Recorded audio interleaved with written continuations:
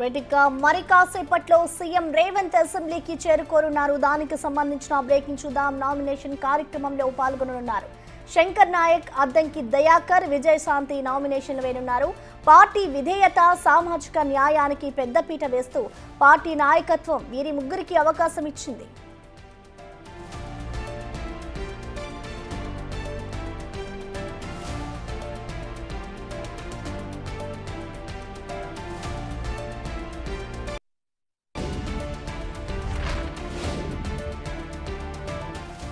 మరి కాసేపట్లో సీఎం రేవంత్ అసెంబ్లీకి చేరుకోనున్నారు. నామినేషన్ కార్యక్రమంలో పాల్గొననున్నారు. ఇటు శంకర్ నాయక్, అద్దంకి దయాకర్, విజయశాంతి అయితే మరి కొద్దిసేపట్లో నామినేషన్లు వేయనున్నారు.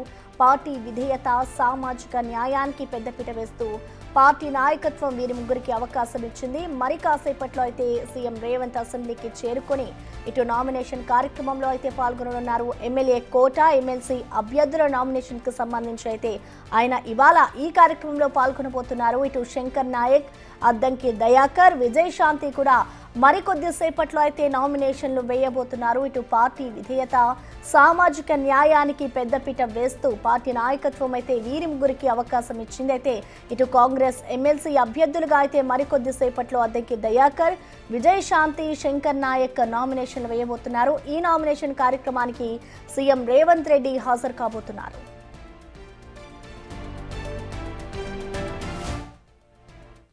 శంకర్ నాయక్ని ఒక యూత్ కాంగ్రెస్ నుంచి ఇవాళ జిల్లా కాంగ్రెస్ దాకా ఒక ఎంపీపీగా, జెడ్పీటీసీగా, బ్లాక్ కాంగ్రెస్గా, మండల పార్టీ అధ్యక్షునిగా, తర్వాత నేను కాంగ్రెస్ పార్టీకి సేవలు అందించినందుకు ఇవాళ నాకు ఇలా కాంగ్రెస్ ప్రభుత్వంలో రేవంత్ రెడ్డి గారు, గవర్నర్ ముఖ్యమంత్రి గారు, అదేవిధంగా మా జానారెడ్డి గారు, రఘువీర్ రెడ్డి గారు, ఉత్తమ్ కుమార్ రెడ్డి గారు, ఆ తర్వాత నాకు బ్లెస్సింగ్ ఇచ్చిన బట్టన్న గారు, మీనాక్షి నటరాజన్ గారు, మహేష్ కుమార్ అన్న టీపీసీసీ మహేష్ కుమార్ అధ్యక్షులు, మా ఈ లంబాడి కులాలకు ఇవ్వాలని చెప్పి వీళ్ళందరూ కలిసి సజెస్ట్ చేసినందుకు వాళ్ళందరికీ నేను రుణపడి ఉంటానని చెప్పేసి తెలుసు. టీఆర్ఎస్ పార్టీలో నేను చాలా హార్డ్ కోర్కి పనిచేసినాను, కార్యకర్తగా పనిచేసినాను. మొన్న 10 సంవత్సరాలకు 14-15 కేసులు కూడా నా మీద నమోదైనాయి. తర్వాత Huzurnagar by election, Munugode by election, తర్వాత Nagarjuna Sagar by election chief election ఏజెంట్గా వివరించిన తర్వాత నా పార్టీ సేవకు గుర్తింపుగా నాకు ఇలా మామూలుగా సామాన్య కార్యకర్తను ఒక మామూలు చిన్న కుటుంబంలో మా ఫాదర్ సర్పంచ్గా పనిచేసినారు. ఒక తండాల నుంచి వచ్చినోని కాబట్టి నాకు ఇంత పెద్ద ఎమ్మెల్సీ హోదా ఇచ్చినందుకు కాంగ్రెస్ ప్రభుత్వానికి, అదేవిధంగా రాహుల్ గాంధీ గారికి, మా ముఖ్యమంత్రి గారికి, మా ఉత్తమ్ కుమార్ రెడ్డి గారికి, వెంకటరెడ్డి గారు అందరికీ కూడా ధన్యవాదాలు తెలియజేసి ముగిస్తున్నాను. ఇక మరి కాసేపట్లో అయితే ఇటు సీఎం రేవంత్ రెడ్డి అసెంబ్లీకి చేరుకోనున్నారు. నామినేషన్ కార్యక్రమంలో ఆయన పాల్గొనబోతున్నారు. ఇక దీనికి సంబంధించిన పూర్తి అప్డేట్స్ ని మా ప్రతినిధి హేమ అందిస్తారు. హేమ, చెప్పండి, ఇటు కాంగ్రెస్ అభ్యర్థుల నామినేషన్స్ కు సంబంధించిన డీటెయిల్స్ ఏ విధంగా ఉన్నాయి హేమ?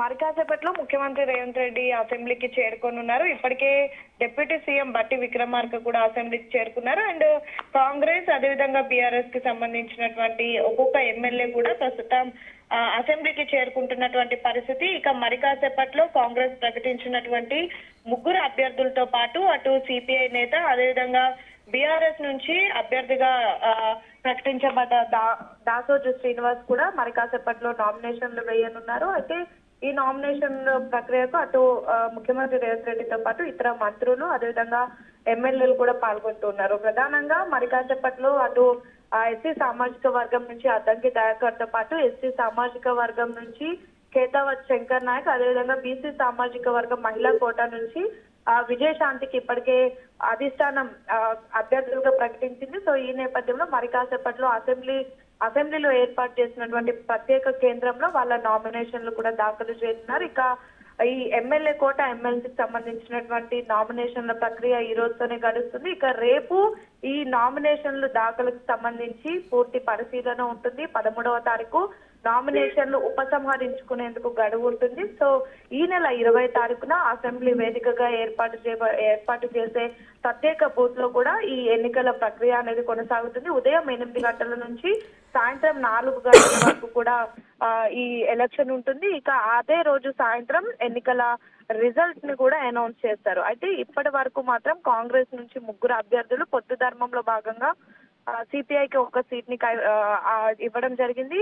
సో ఇప్పటి వరకు కాంగ్రెస్ నుంచి ముగ్గురు, సిపిఐ నుండి ఒకరు అండ్ బీఆర్ఎస్ నుంచి ఒకరు ప్రస్తుతం అభ్యర్థులుగా ప్రకటించబడ్డారు. సో చూడాలి, ఈ 5 మంది మాత్రమే నామినేషన్ వేస్తే సో ఎలక్షన్ అనేది ఏకగ్రీవంగా వెళ్ళిపోతుంది. లేదు ఇంకా ఎవరైనా అభ్యర్థులు నామినేషన్లు దాఖలు చేస్తే, అంటే 5 మంది కంటే ఎక్కువ అభ్యర్థులు నామినేషన్లు దాఖలు చేస్తే అప్పుడు ఎన్నికలు జరుగుతాయి. అండ్ ఆ రోజు మార్చి 20 తారీఖు ఈవినింగ్ రిజల్ట్ అనౌన్స్మెంట్ కూడా చేస్తారు. ఇక ఈ రోజు మరి కాసేపట్లో కాంగ్రెస్ నుంచి అభ్యర్థులు నామినేషన్ కూడా దాఖలు చేయనున్నారు. ఈ కార్యక్రమంలో ముఖ్యమంత్రి రేవంత్ రెడ్డితో పాటు టీపీసీసీ చీఫ్ మహేష్ కుమార్ గౌడ్, అదేవిధంగా డిప్యూటీ సీఎం బట్టి విక్రమార్క, ఇతర మంత్రులు ఎమ్మెల్యేలంతా కూడా పాల్గొంటారు. ఇప్పటి వరకు ఒక్కొక్కరిగా కూడా చేరుకుంటున్నారు. మరి కాసేపట్లో ఈ నామినేషన్ ప్రక్రియ అయితే ప్రారంభం కానుంది.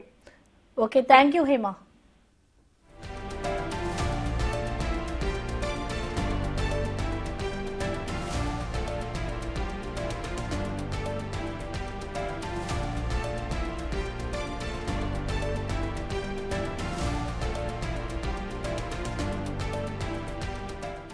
మరి కాసేపట్లో సీఎం రేవంత్ అసెంబ్లీకి చేరుకోనున్నారు. నామినేషన్ కార్యక్రమంలో పాల్గొనబోతున్నారు.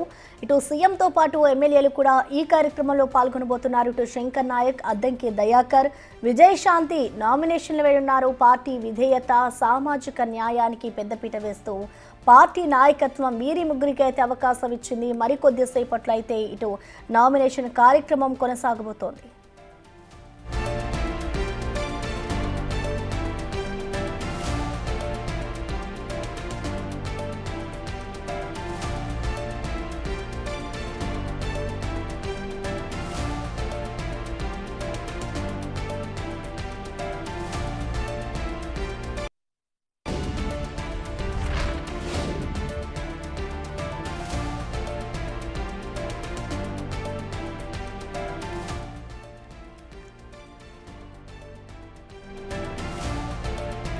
ఎమ్మెల్సీ అభ్యర్థుల ఎంపికలో కాంగ్రెస్ మార్క్ కనిపించింది. పార్టీ విధేయత, సామాజిక న్యాయానికి పెద్దపీట వేసింది.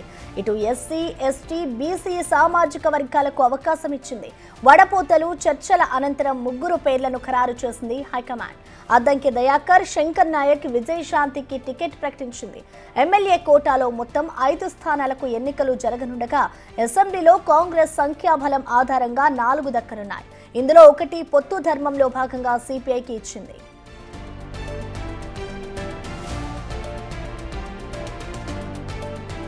అయితే ఎమ్మెల్సీ టికెట్ కోసం ఆశావాహులు తీవ్ర ప్రయత్నాలు చేశారు. కానీ కమిట్మెంట్ కు ప్రాధాన్యత ఇచ్చారు. ఇందుకు best example Addanki Dayakar. SC సామాజిక వర్గానికి చెందిన అద్దంకి కమిట్మెంట్ లీడర్ గా పార్టీలో గుర్తింపు ఉంది. పార్టీ కోసం ఏదైనా త్యాగం చేస్తారు. అసెంబ్లీ ఎన్నికల్లో రేవంత్ రెడ్డి మాట ప్రకారం తుంగుర్తి టికెట్ ను త్యాగం చేశారు. అప్పుడే రేవంత్ రెడ్డి అద్దంకి మాట కూడా ఇచ్చారు. ఆ మాటను ఇప్పుడు నిలబెట్టుకున్నారు.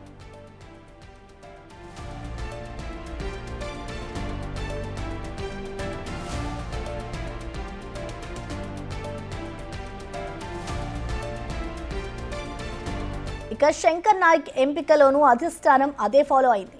లంబాడా సామాజిక వర్గానికి చెందిన శంకర్ నాయక్ అంచెలంచెలుగా పార్టీలో ఎదుగుతూ వచ్చారు.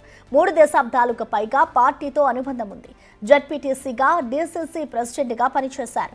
ఇటు విజయశాంతిని బీసీ మహిళా కోటాలో ఎంపిక చేశారు. రాములమ్మ కాంగ్రెస్లో చేరే సమయంలోనే టికెట్ ఇస్తామని అధిష్టానం హామీ ఇచ్చింది.